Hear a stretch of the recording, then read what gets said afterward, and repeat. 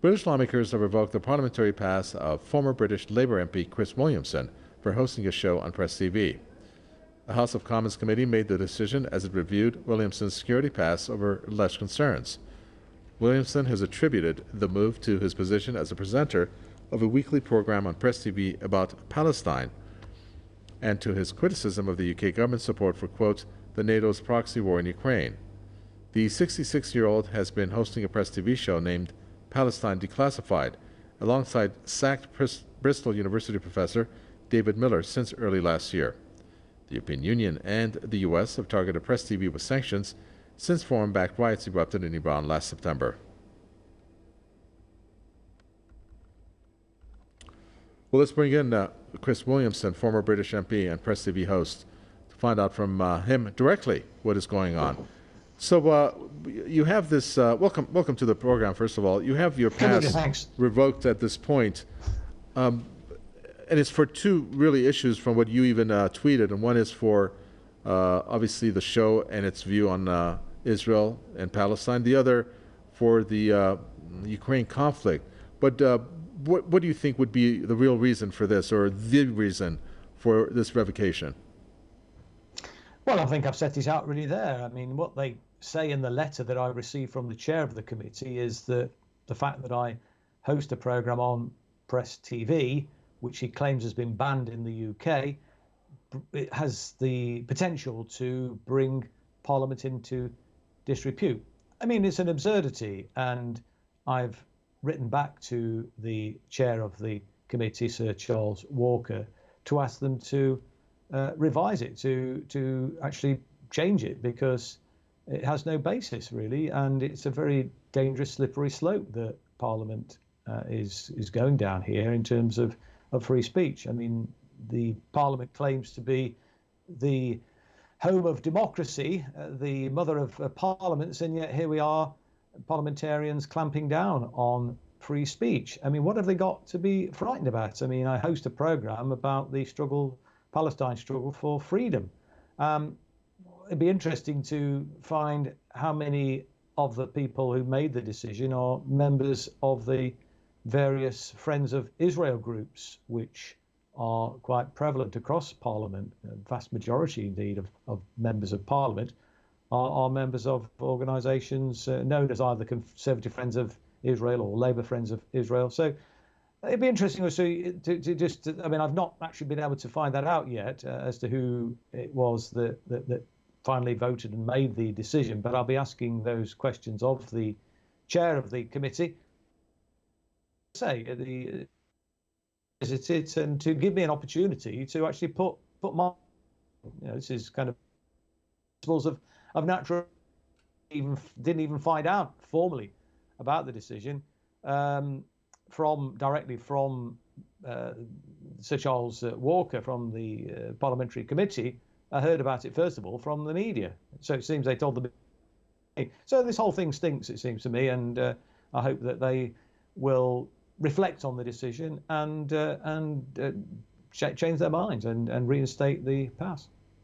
Well, perhaps I'm just guessing here, but perhaps one of the reasons why they did reach that decision is because you were actually able to reach out to not reach out, but to be able to highlight, for example, in your show Palestine Declassified, but what is really going on in the occupied territories. I mean, let's take, for example, what has happened today.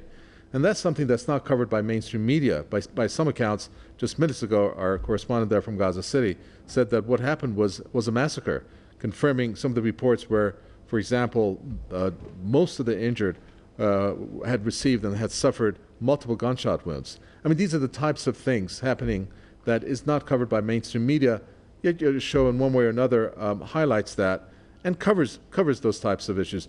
Don't you think that not only does that show the show's relevance when it comes to the Palestinian cause, but then at the same time, obviously raises eyebrows, whether it's in the House of Commons or by Israeli, officials or what have you?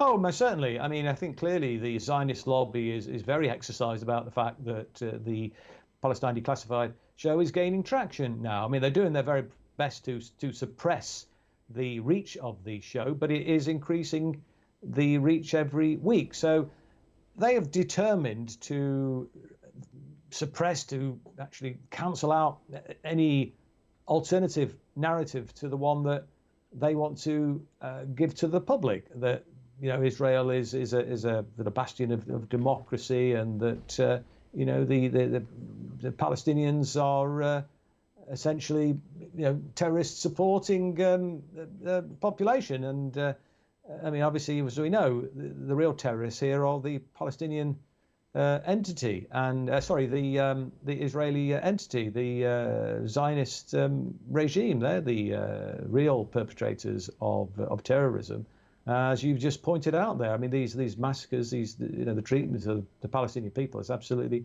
despicable. And of course, we highlight that on Palestine Declassified, and we also highlight the efforts that they go to as it were, suppress that information and to influence key players in society, in parliament, in the media, in the entertainment field.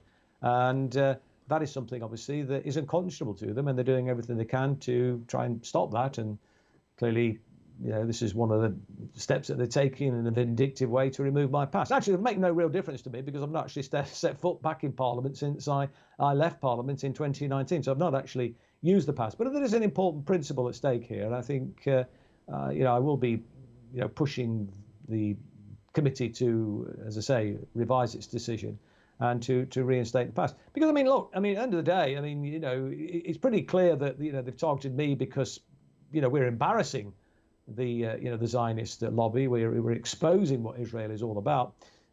It's not really any concern, it seems to me, about Iran, because there are other parliamentarians who quite properly are involved in, for example, the British Iranian Chamber of Commerce, which promotes business links and promotes trade between Iran and the UK.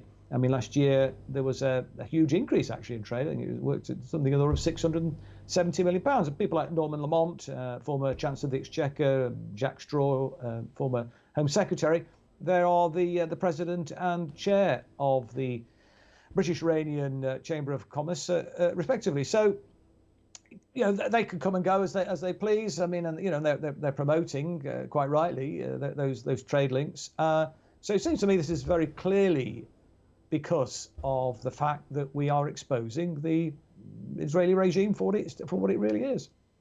Well, you don't need to try really that hard these days, I'm guessing, Chris Williamson, because it's doing, itself the harm that, and showing its true face, I should say, as many have said, based on what's happening in the occupied territories with the name of Israel on it, which we know how Netanyahu always bragged about how Israel is the only democracy in West Asia, where we can see that illusion has been shattered. At this point, my question then is, do you think that Israel is aware of what's happening based on the decisions they have taken, which has been followed by more than 2 months of protests, that perhaps there is now more of a clampdown on effective shows that cover what's going on, such as the show that you have, and perhaps other outlets? Perhaps there's going to be an increase now in the way they look at the coverage? Oh, well, I think that's undoubtedly the case. And this isn't a new phenomenon, of course. They've been seeking to suppress the truth about what's happening in occupied Palestine for as long as I can remember. The fact now that people have got access to the internet, and people on the ground in Palestine are able to record the atrocities, the daily atrocities that the Israeli regime perpetrate using smartphones and so on, and then upload that to the internet. This is something which obviously they can't control, and it's causing them to resort to further and further repression and put even more pressure on outlets like ours and governing bodies that actually determine access to the internet, etc. And we've already seen, years ago, how Ofcom moved against Press TV, and I think we can look forward to more of that. But I don't think they'll succeed, because technology, that genie is out of the bottle now, and more and more people are in fact waking up to the reality of the Israeli regime, and they are losing support. They are losing support hand over fist, actually, despite their best endeavours. And so, of course, the more they lose support, the more desperate they will become. But the more determined we will become. And ultimately, I believe that, we will prevail at the end of the day. Very well. Thank you very much. We appreciate that. Chris Williamson, former British MP and Press TV host. And you can find his show at presstv.ir. The most recent entry, Harvard and the Zionists, is what I'm looking at. Chris Williamson, thank you so much.